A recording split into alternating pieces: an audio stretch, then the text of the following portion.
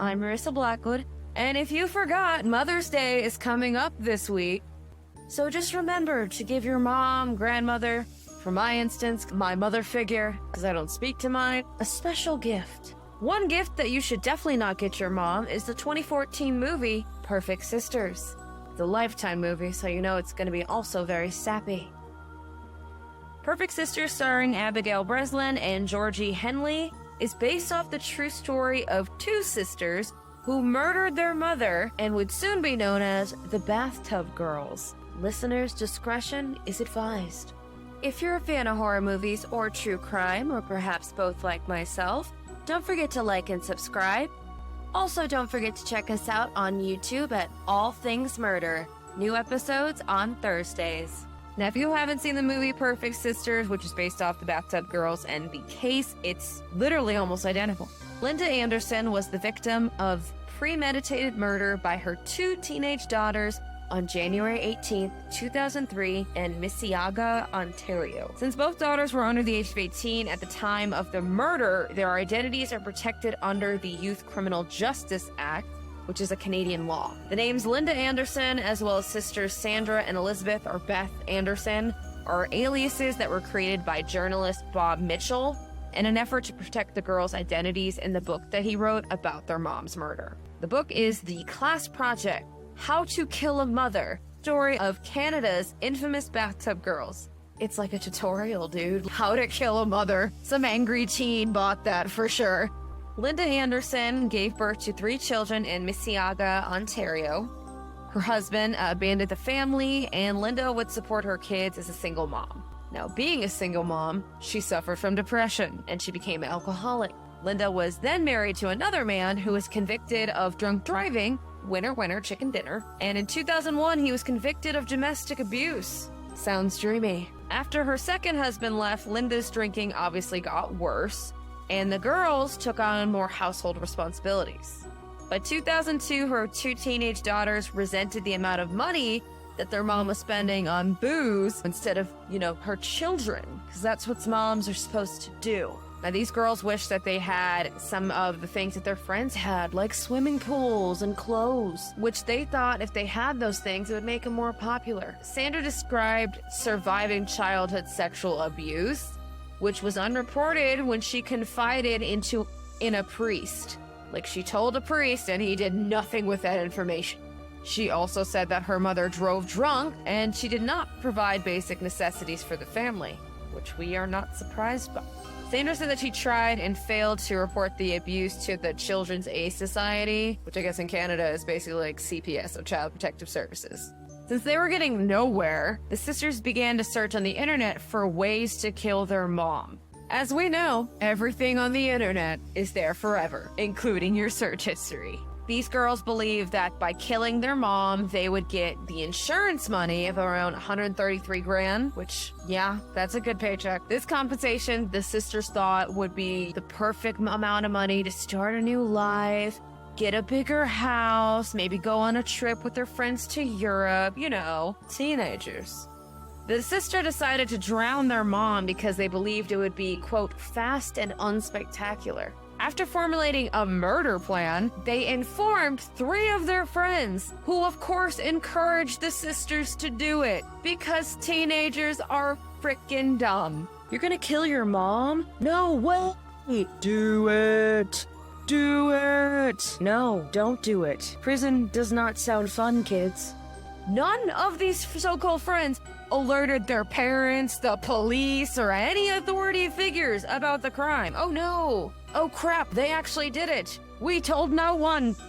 During lunchtime on January 18th, 2003, the sisters started giving their mom liquor in order for her to get drunk. The plan was to make Linda fully inebriated so that she could not resist. They also gave Linda 6 Tylenol 3 tablets containing codeine to slow down her heart rate, and then they drew her a bath. They asked her to lie on her back so they could scrub her, but when she rolled over, they forced her head down in the water and held it there for 4 minutes. When she resurfaced, she was dead. After the deed was done, the girls went to a restaurant called Jack Astor's to provide an alibi for the murder. Gotta have an alibi. After returning home from the restaurant, Sandra and Elizabeth dialed 911 and informed police that they found their mom dead in the tub. Oh snap, mom's dead! Look surprised, look surprised.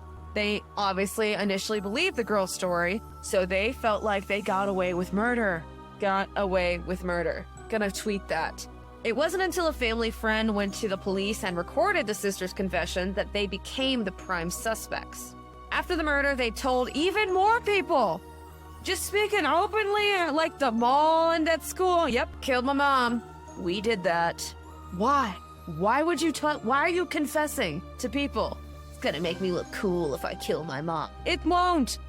Sandra confided in her boyfriend Donnie, who just wanted to break up with her instead of turning her in. All of their friends were around 15, 16 years old at the time of the murder. So, bunch of dumb teenagers not telling the right people a crime has been committed.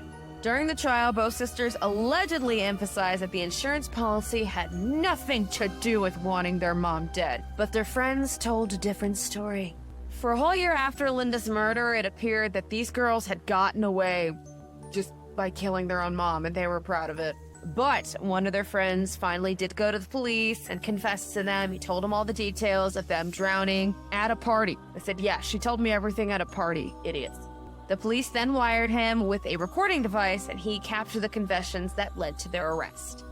The defendants, who became known as the Bathtub Girls, were arrested on January 21st, 2004, and initially placed in separate youth correctional centers. They were later placed under house arrest. Both sisters made tape confessions of the crime, which were then used as evidence in the trial. They, of course, seized the girls' computers from their house and found chat messages regarding the plan, preparation, and an enactment of the murder. Again, they can find your search history, Serial Killer 101. There were also searches for information about the effects of mixing alcohol and Tylenol 3 prior to the murder. Again, clear your history everywhere. Sandra and Beth were tried beginning in November of 2005 and was found guilty of first-degree murder. In June 2006, they were sentenced to 10 years in prison for first-degree murder, the maximum youth sentence. Because remember, they were under 18. The 10 years consisted of 6 years in custody and 4 years under community supervision. If they were tried as adults, they would have received life sentences.